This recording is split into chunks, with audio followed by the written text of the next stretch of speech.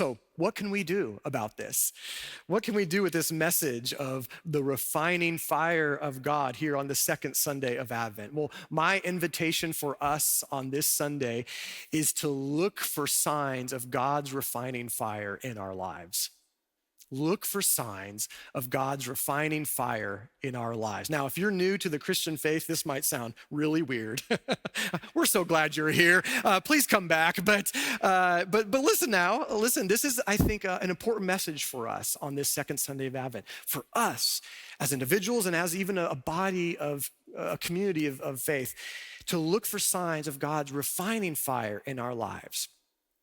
Not necessarily, not the wrath of God, the God of the burn pile, or maybe just the cozy God that sometimes we flock to rather easy, but the refining fire in our lives. This can happen in many ways. Following Malachi, this can mean paying attention to the sinfulness in our lives, maybe even some of the things that were outlined in the passage that we read a few moments ago, in the ways that people had gone astray during that time, and turning from those things.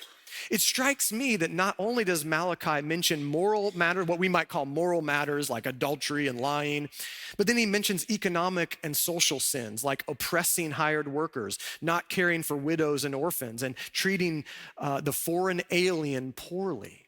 So God was judging the people for how they were treating the foreigners in their midst. And this is found throughout the prophets in the Old Testament. We see this almost on repeat.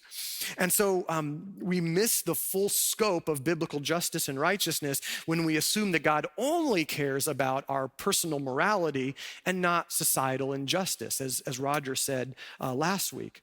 But we should not neglect personal morality, not only for our personal happiness, but to prevent damage to others that it could cause. Stepping away from the sins that we have grown accustomed to can be painful. And if you've done this, you know that it can feel like we're being refined by a fire, not of our own choosing. It doesn't feel good, is what I'm getting at.